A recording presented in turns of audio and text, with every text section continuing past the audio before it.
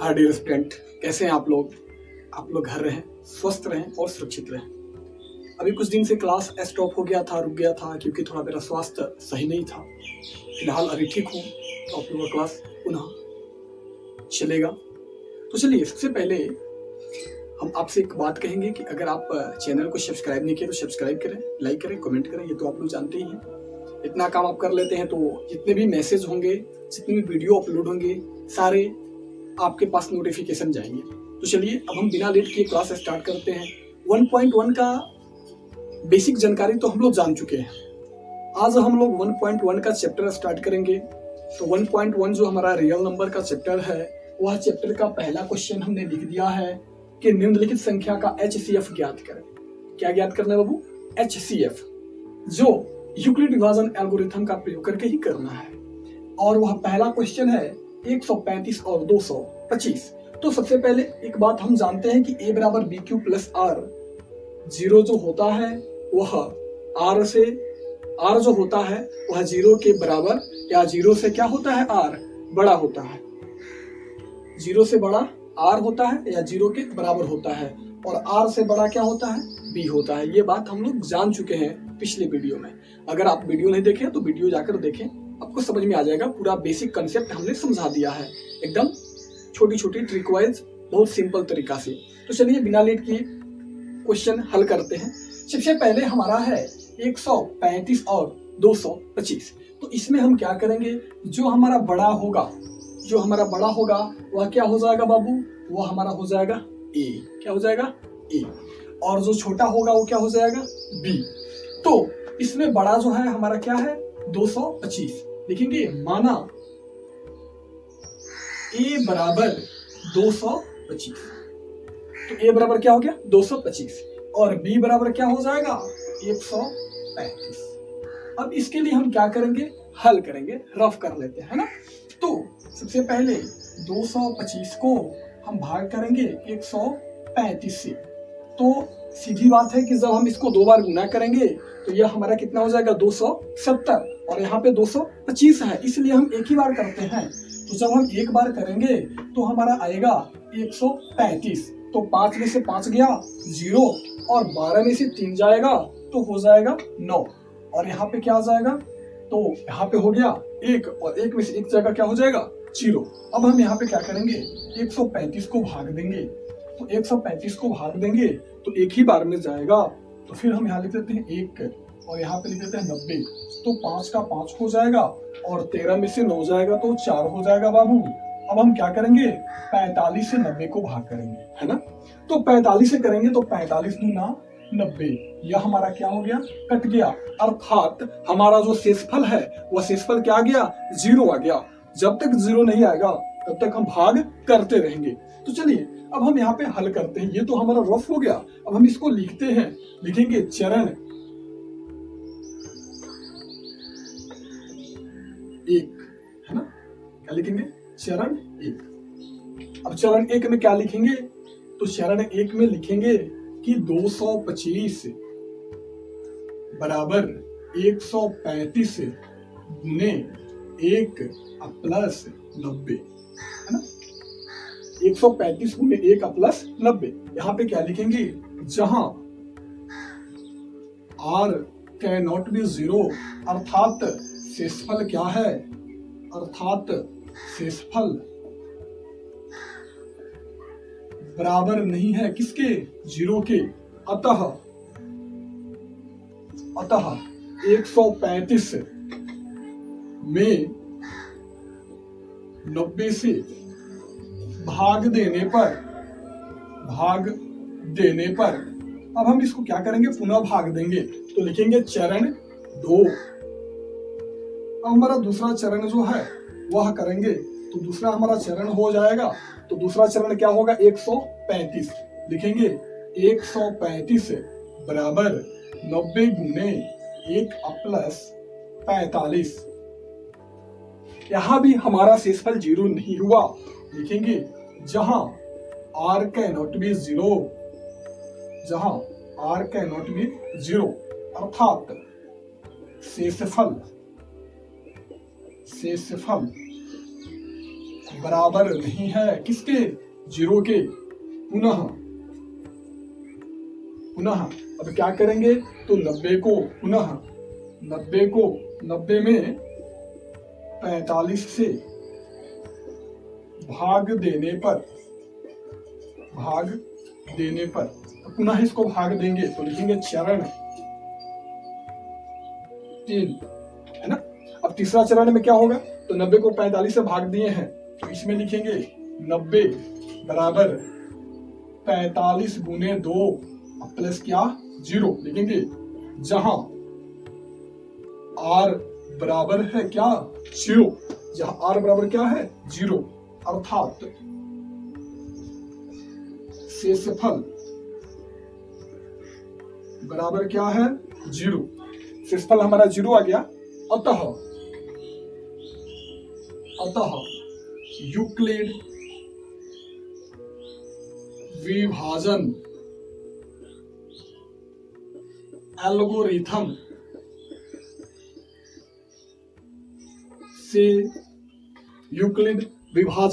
Algorithm से 135 और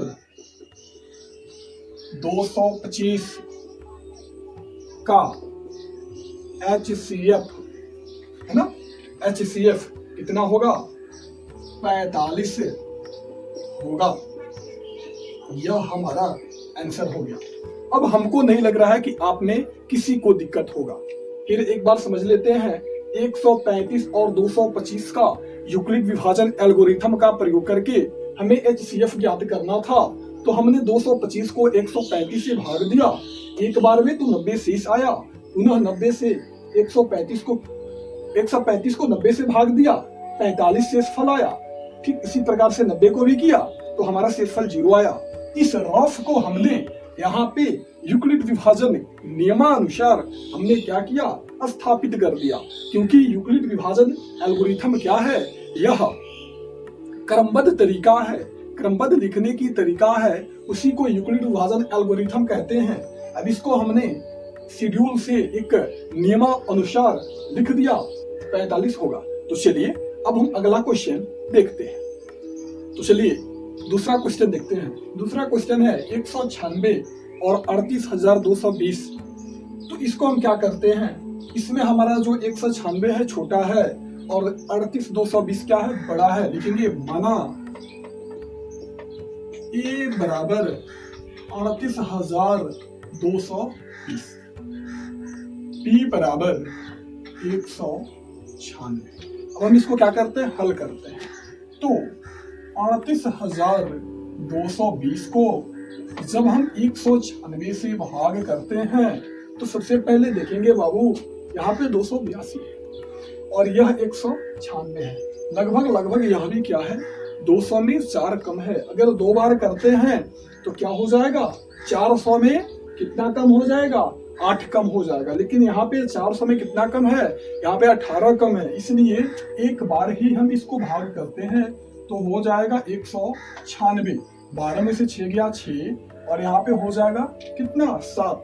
17 में से 9 जाएगा तो 17 में से 9 जाएगा तो हो जाएगा हमारा 8 और यहाँ पे हो जाएगा 2 में से 1 गया 186 बचा। अब पुनः हम क्या करेंगे, ऊपर से 1 2 नीचे आ जाएगा। अब आप कहेंगे कि इससे इसको क्यों नहीं भाग किए, तो जब तक यह नहीं पूर्ण रूप से हम इसको हल कर लेते हैं तब तक इस दिशा की तरफ हम नहीं बढ़ेंगे। तो चलिए अब हम फिर, ये हो गया लगभग 1800 और ये हो गया लगभग 200। तो अब हम इसको कितना से करेंगे, तो 9 दूना 18, 9 से करते हैं।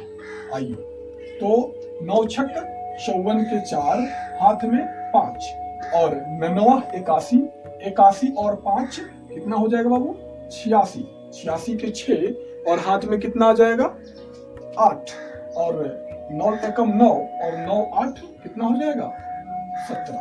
तो 12 में से 4 गया तो 8 हो जाएगा और 15 में से 6 जाएगा तो 9 हो जाएगा और ये 7 में से 7 जाएगा 0 हो जाएगा और ये 0।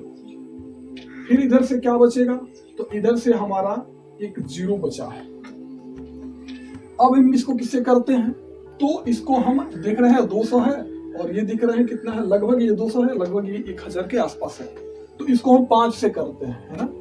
तो 5 से करते हैं तो 5 6 30 के 0, हाथ में 3 और 9 45, 45 और 3 48 के 8, हाथ में 4 और 5 का 5 और 5 4 9। यह पूर्ण रूप से क्या हो गया बाबू, कट गया, अर्थात हमारा शेषफल क्या आया, 0 आया, 0 आया। तो अब आइए हम इसको हल लिखते हैं चरण 1। तो चरण 1 में क्या लिखेंगे कि 38,220 बराबर 196 गुणे 195 और प्लस क्या 0, जहां r बराबर है 0, अर्थात शेषफल 0 के बराबर है, 0 के बराबर है। अतः यूक्लिड विभाजन एल्गोरिथम, यूक्लिड विभाजन एल्गोरिथम से 196 और 38,220 का HCF बराबर 196 होगा। तो यह भी आपको समझ में आ गया, कोई दिक्कत नहीं है कि 196 से 195 बार में कट गया, अर्थात शेषफल 0 आ गया, तो हमारा HCF 196 ही होगा। तो इसका जो तीसरा क्वेश्चन है वो आप लोग हल कर सकते हैं। तो चलिए, अब पहला क्वेश्चन का 3 क्वेश्चन था जिसमें मैंने 2 बता दिया, और तीसरा आप इसी प्रकार से हल कर लीजिए, कोई दिक्कत नहीं होगा। तो चलिए अब हम देखते हैं दूसरा क्वेश्चन। हाँ, तो चलिए अब हम क्वेश्चन नंबर 2 देखते हैं। तो 2 नंबर क्वेश्चन है कि दर्शाइए कि कोई भी धनात्मक विषम पूर्णांक 6q + 1, 6q + 2, 6q + 5 के रूप का होता है, जहाँ q क्या है, कोई पूर्णांक है। अब इसको थोड़ा सा ध्यान से समझेंगे, क्वेश्चन समझ लेंगे तो आंसर बहुत आसानी से आता है। क्वेश्चन समझना ही बहुत जरूरी होता है। दर्शाइए कि कोई धनात्मक विषम पूर्णांक, सम पूर्णांक नहीं करा, विषम पूर्णांक 6q + 1, 6q + 2, 6q + 5 का रूप का होता है, जहां q क्या है, कोई पूर्णांक है। एक बात ध्यान रहे कि हम जानते हैं कि a बराबर क्या होता है, bq + r होता है, और 0 जो होता है वह r से क्या होता है जी, r से छोटा होता है या r के बराबर होता है, 0, और 0 से r क्या होता है, बराबर होता है या r बड़ा होता है, और r से बड़ा क्या होता है, b होता है। इन बातों को ध्यान में रखते हुए एक चीज हम देखेंगे, यहाँ दिया है a बराबर bq + r, और यहाँ पे देखिए bq + r, bq + r, bq + r, मतलब ये और ये क्या है जी, एकदम मिल रहा है ना, एक दूसरे से मैचिंग कर रहा है। तो अब हम इसको क्या करेंगे, हल करते हैं कैसे। देखिए, माना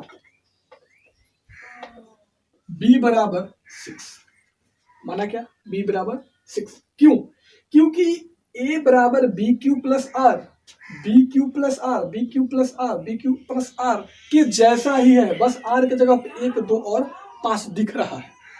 तो अब हम इसको हल करते हैं किस प्रकार से, माना b बराबर क्या हो गया 6, तथा a कोई क्या है, धनात्मक पूर्णांक है ना, धनात्मक पूर्णांक है, ये हमने मान लिया। अब हम काम करते हैं, हल करते हैं, लिखेंगे कि अब एक बात हम जानेंगे कि b हमारा कितना हो गया, तो b हमारा हो गया कितना, तो b हमारा हो गया 6। तो b जो होता है वह r से क्या होता है, बड़ा होता है ना। तो जब b r से बड़ा होता है तो b से छोटा ही r होगा, यह तो क्लियर है, इसमें नो डाउट। तो चलिए लिखते हैं r का संभावित मान, r का संभावित मान। तो अब r का संभावित मान क्या होगा बाबू, अब एक बात समझेंगे कि हमारा r जो है वह b से क्या होता है, छोटा होता है, और 0 के बराबर और 0 से बड़ा होता है ना। तो जब 0 से बराबर या 0 से बड़ा होगा तो r का मान क्या होगा, 0 से लेकर और 6 के नीचे, 0 से लेकर के 6 से छोटा होगा। तो क्या क्या होगा, तो r का संभावित मान 0, 1, 2, 3, 4, 5, 0, 1, 2, 3, 4, 5 यही हो सकता है। ना ही इससे आगे जाएगा और ना ही इससे पीछे आने की तो कोई बात ही नहीं। तो यह हमारा r का संभावित मान हो गया। लिखेंगे माना 0 होने पर, तो जब r का मान 0 होगा तो क्या होगा, a बराबर क्या होता है, bq प्लस r, a बराबर bq प्लस r। तो a का वैल्यू कितना है, a का वैल्यू हमको पता नहीं है लेकिन बाकी सब पता है। तो पता है क्या क्या पता है, bq, तो b का मान कितना मान लिए हैं 6, तो b का मान कितना हो जाएगा 6 और q प्लस r का मान क्या हो जाएगा 0, मतलब क्या हो जाएगा 6q। अगर r का मान हम 0 लेते हैं तो हमारा कितना आएगा 6q। r का मान 1 होने पर क्या हो जाएगा, 1 होने पर हो जाएगा 6q प्लस 1। r का मान क्या हो जाएगा 1। r का मान 2 होने पर, तो जब 2 होगा तो क्या होगा 6q प्लस 2। r का मान 3 होने पर 6q प्लस 3। समझ में आ रहा है। ठीक इसी प्रकार से r का मान 4 होने पर क्या होगा, तो 6q प्लस 4। r का मान 5 होने पर क्या होगा 6q प्लस। क्लियर, इसमें किसी को कोई दिक्कत नहीं होगा। r का मान बस रख दिए हैं, इसको सेट कर दिए। अब एक चीज हम समझेंगे, हमको प्रूफ करना है क्या, विषम पूर्णांक। सम पूर्णांक की बात नहीं हुआ, विषम पूर्णांक हम पहले ही बोले हैं कि विषम पूर्णांक हमें सिद्ध करना है। तो देखेंगे यहाँ पे बाबू, यहाँ पे r का मान कुछ नहीं है, इसकी बात ही अलग है। इसके बाद आएंगे इसमें r का मान 1 है, तो विषम संख्या क्या क्या होता है, 1, 3, 5, 7, 9। वैसी संख्या जो सम संख्या से विभाजित नहीं होती वह संख्या विषम संख्या कहलाती है। अर्थात वैसी संख्या जिसके अंत में 0, 2, 4, 6, 8 न हो वह क्या होती है, विषम संख्या होती है। तो यहाँ पे 2 है, क्या होगा सम संख्या। यहाँ पे 4 है, क्या होगा सम संख्या। तो लिखेंगे अर्थात क्या क्या, तो 6q प्लस 2 तथा 6q प्लस 4 क्या है, विषम सम पूर्णांक है, सम पूर्णांक है। अर्थात सॉरी आप लिखेंगे विषम सम पूर्णांक, 6q प्लस 4 सम पूर्णांक है। अतः क्या, तो 6q प्लस 1 6q प्लस 3 तथा 6q प्लस 5 यह क्या होगा, एक धनात्मक विषम पूर्णांक होगा। तो इसको समझने में हमको नहीं लगता है कि आपको किसी भी प्रकार की दिक्कत हुआ हो।